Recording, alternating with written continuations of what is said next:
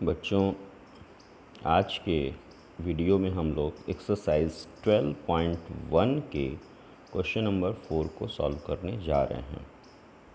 Question number 4 कहता है बच्चों कि किसी कार के प्रत्येक पहिए का व्यास 80 सेंटीमीटर है और यह कार 66 किलोमीटर प्रति घंटे की चाल से चल रही है। तो बताइए कि 10 मिनट में इसका प्रत्येक पहिया कितने चक्कर लगाएगा। तो इस क्वेश्चन के पीछे जो कॉन्सेप्ट है बच्चों, पहले आप इसको समझ लीजिए। मान लीजिए कार के द्वारा 10 मिनट में ये दूरी AB चली जा रही है। अब आपको पता है कि एक चक्कर में कार का पहिया 2πr ये दूरी तय करेगा। ये 10 मिनट में चली गई दूरी है और एक चक्कर में 2πr दूरी तय कर रहा है। दूसरे चक्कर में फिर 2πr तय करेगा, तीसरे चक्कर में फिर 2πr तय करेगा। तो इस तरह के जितने 2πr यहाँ पे आएंगे, मान लीजिए 10 बार 2πr आ रहा है, इसका मतलब यहाँ से यहाँ तक जाने में कार ने 10 चक्कर लगाया। या दूसरे शब्दों में अगर हम कह सकते हैं कि यहाँ पे हम ये कह सकते हैं कि चक्करों की जो संख्या होगी वो इस AB में 2πr के भाग देने पर प्राप्त होगी। यानी चक्करों की संख्या बराबर कुल दूरी बटे 2πr। ये हो गई चक्करों की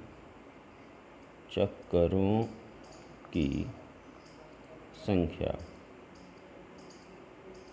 चक्करों की संख्या 2πr है क्या? एक चक्कर में चली गई दूरी। यानी चक्करों की संख्या बराबर कुल दूरी बटे एक चक्कर में चली गई दूरी। अब आइए बच्चों इसको हम लोग सॉल्व करते हैं। कार के पहिए द्वारा एक चक्कर में चली गई दूरी बराबर 2πr। पाई हमने बाहर कर लिया, 2r माने व्यास, और व्यास आपको दिया हुआ है 80 सेंटीमीटर। फिर यानी कुल हो गया पाई इंटू 80। अब हम कार की चाल हमको दी हुई है और हम पता करेंगे कि 10 मिनट में कार कितनी दूरी तय कर रही है।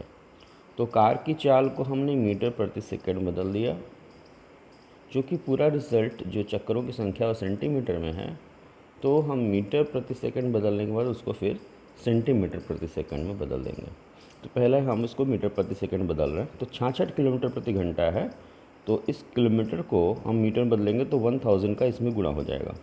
तो 66 गुणे 1000 बटे, ये बटे है, और आवर जो है इसको सेकंड बदलेंगे तो 3600 सेकंड, यानी कुल इतना मीटर प्रति सेकंड हुआ। और इसको हमने सॉल्व कर लिया, ये 0 0 कट गया यहाँ पे, तो 660 बटे 36 मीटर प्रति सेकंड। और फिर इस मीटर को हमने 100 से गुणा करके सेंटीमीटर प्रति सेकंड में बदल दिया। सेंटीमीटर प्रति सेकंड इसलिए बदल रहे हैं बच्चों, क्योंकि जो पहिए के द्वारा चली गई दूरी है वो एक चक्कर में वो सेंटीमीटर में है। अब हमें ये पता चल गया कि एक सेकंड में कार के द्वारा चली गई दूरी ये 66,000 बटे 36 सेंटीमीटर है। अब आप एक मिनट में चली गई दूरी निकाल लो। तो एक मिनट में चली गई दूरी यानी 60 सेकंड में चली गई दूरी बराबर हो जाएगी, ये एक सेकंड की दूरी है, इसमें हम 60 का गुणा कर दें तो हो जाएगा 66,000 बटे 36 गुणे 60। या 10 मिनट में चली गई दूरी हो जाएगी 66,000 गुणे 60 बटे 36 गुणे 10। अब चक्करों की संख्या निकालते हैं। तो चक्करों की संख्या हो गई कुल चली गई दूरी बटे एक चक्कर में चली गई दूरी। तो कुल चली गई दूरी हो गई ये पूरा बटे एक चक्कर में चली गई दूरी यानी 2πr, जिसको हम निकाल चुके हैं। ये हमारा 80π आया है, 80π। और फिर जो है पाई की वैल्यू हम लोग रखेंगे 22/7।